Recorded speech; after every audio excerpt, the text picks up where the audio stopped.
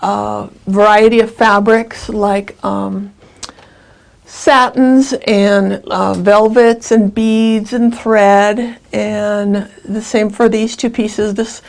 These were challenging to interpret the waterfalls because there was that clear mist that was involved in the waterfall and in the Old Faithful.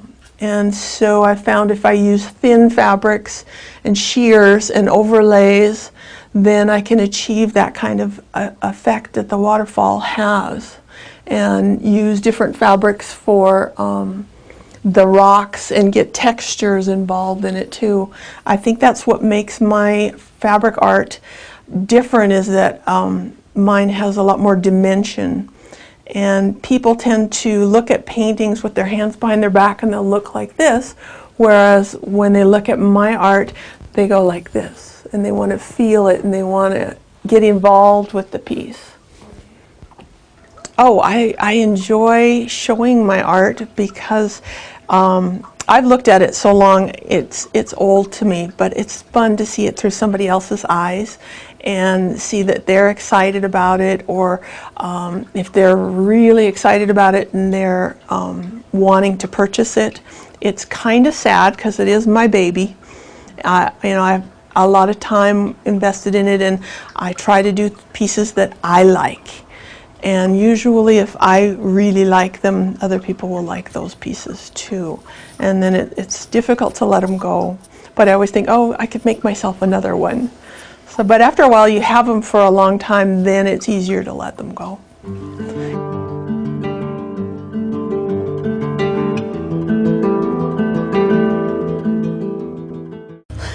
I'm Dave Carlson, and I'm a woodworker. I'm a retired engineer. And we're here as part of the open studio tour for benefit of public art in Helena via the public art community. And so there are, I think, 19 studios open today and almost 40 people participating. And this is my first year. I guess last year was the first year for the tour.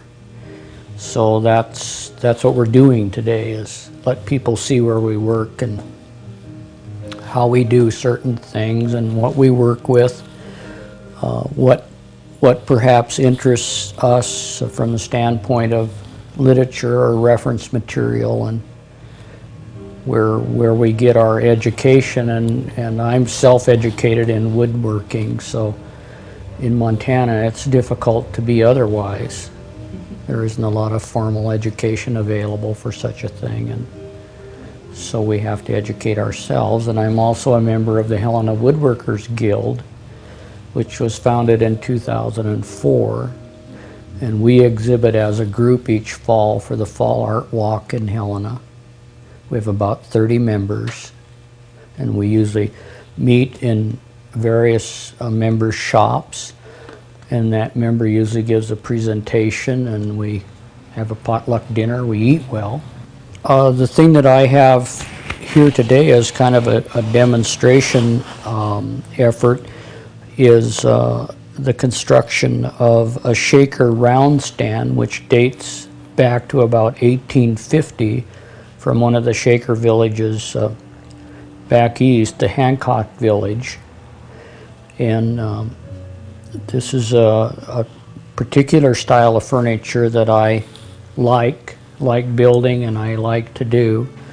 It's very contemporary, although it's dates back 150 years, and so it's very well done as well. The joinery is wonderful, very enduring. So it's a thing that I prefer to do. What I'm doing here is I have a column of a shaker table mounted on the lathe, and as a demonstration item today, I've been doing some turning, some of the finish turning on this column. And turning on a lathe, on a wood lathe, seems to be somewhat of an unusual activity among woodworkers, and I seem to be one of the few turners in Helena. And so I turn as an outsource for various cabinet shops in Helena. and also, of course, as a resource for repair items for broken pieces that need to be returned for furniture, particularly antique furniture. And so that's what I've been demonstrating today. And what I want to make a point of, I think, is the connection that is utilized, and this is a reproduction piece, and the Shakers did this the same way 150 years ago, and that's the connection of the leg, which is referred to as a Sheraton style leg, the sliding dovetail connection to the column of the table, and it's a very sound connection and one that's somewhat difficult to do.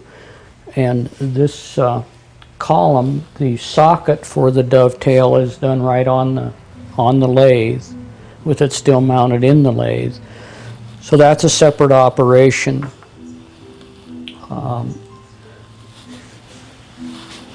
So I'll turn on the lathe and just let the chips fly a second. I'm pretty much at the profile that I want, but we can fine tune it a little bit.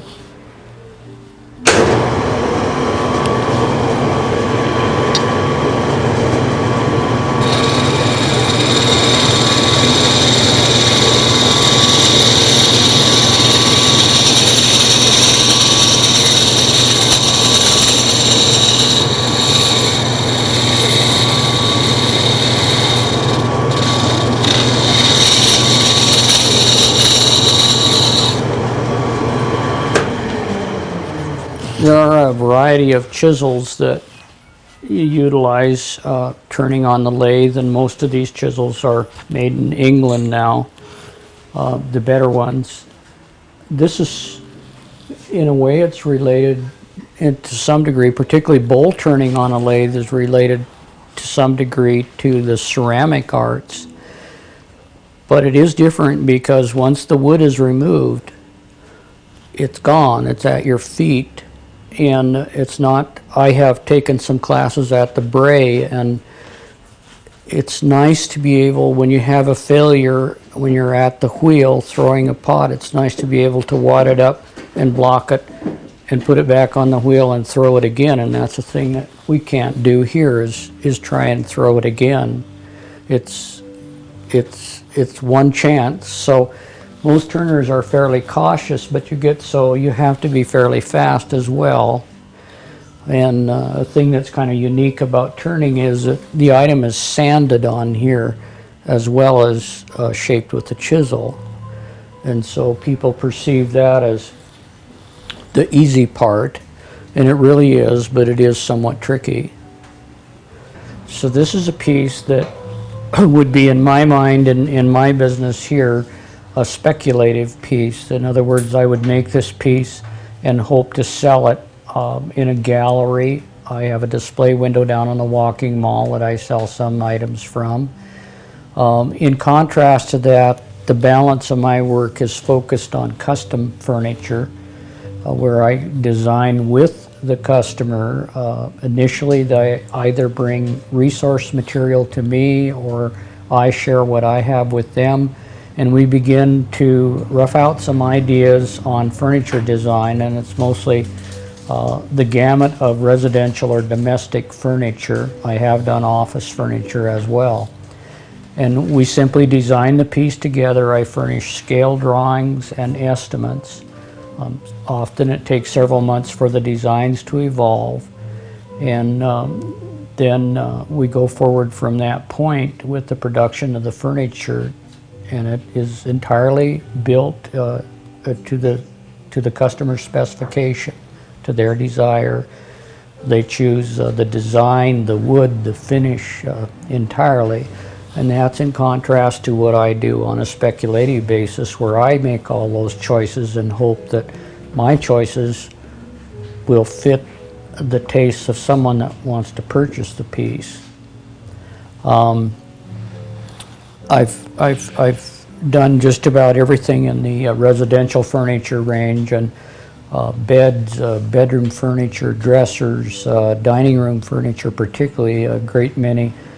dining sets, buffets, chairs, tables, perhaps just one a year, one piece a year in some cases, for instance, such as bedroom furniture. I've had customers that would want the bed one year and the nightstands the next, and then various dressers in the following years. And so it's a thing that may span 3 to 5 years, simply the furniture for one room. So that, in a nutshell, is my niche. People need something special. They want something for a lifetime and something that they can hand down to their children and hopefully their grandchildren, and that's where I am of service. It's been a hobby most of my life. It was a therapeutic hobby when I was an engineer, and I don't know, I've been attracted to wood and to the production of useful items with wood since I was very young, and I still enjoy it. I enjoy making things that fit people's need and things that make them happy, that they're pleased with, and that there's a certain satisfaction in that.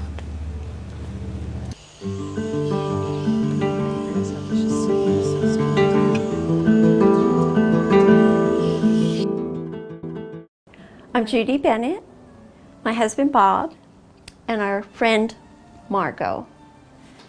And Bob and I have been doing gourds for the past, I'd say, 20 years.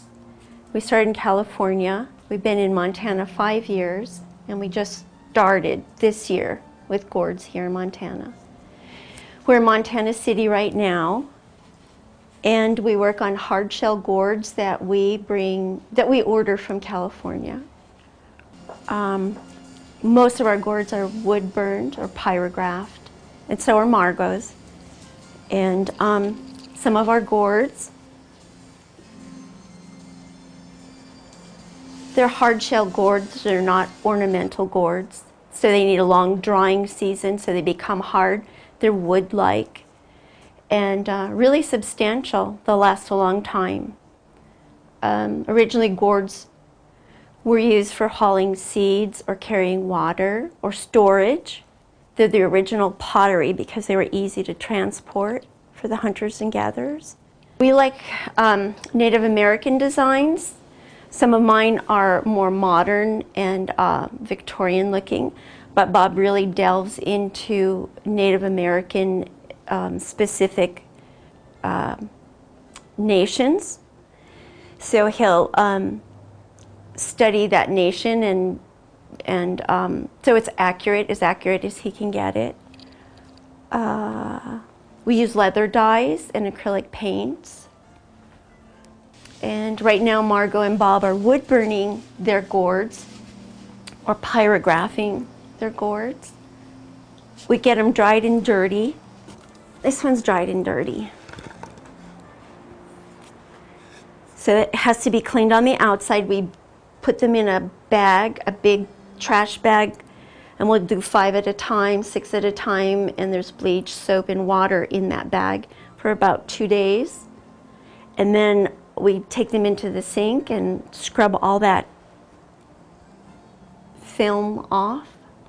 And inside is a membrane. It's dry, dangerous, so you have to wear a dust mask when you clean the inside of the gourd. There's seeds in there. You can replant the seeds. You can reuse them. So that's how they look. This is how they look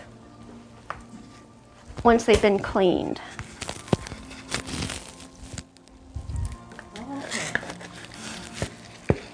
So that fungus, mud, dirt, and